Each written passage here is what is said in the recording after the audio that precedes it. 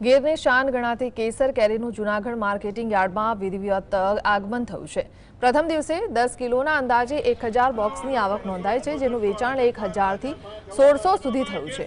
વાતાવરણમાં ફેરફારના કારણે આ વર્ષે કેરીની આવક થોડી મોડી શરૂ થઈ છે। હાલ ઉના અને ધારી પંથકનું કેરી બજારમાં આવી છે। જો કે ખેડૂતો ચિંતામાં છે, કારણ કે ગત વર્ષની સરખામણીએ ઉત્પાદન ઓછું છે અને શરૂઆતી ભાવ પણ ધાર્યા મુજબ મળતા નથી।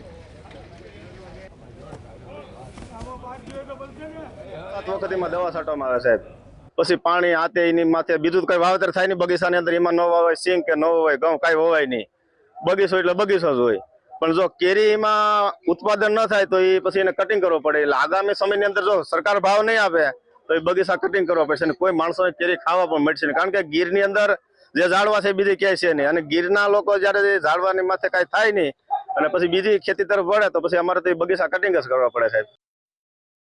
हिसाबे केसर केरी थोड़ी लेट आवेल छे अने आज रोज मार्केट यार्ड में 800 થી 1000 बॉक्स की इनकम है अने आज रोजना भाव 1000 થી 1600 रुपया सुधी 10 किलो नो भाव वेचाण थयेल छे अने गया वर्षे जे इनकम हती एनाथी थोड़ी लेट छे अने ओछी पण छे अने आ जे वावाजोडुं ने वरसाद ने जे हैरान करे छे एनी हिसाबे थोड़ी केरी ओछा प्रमाण में पण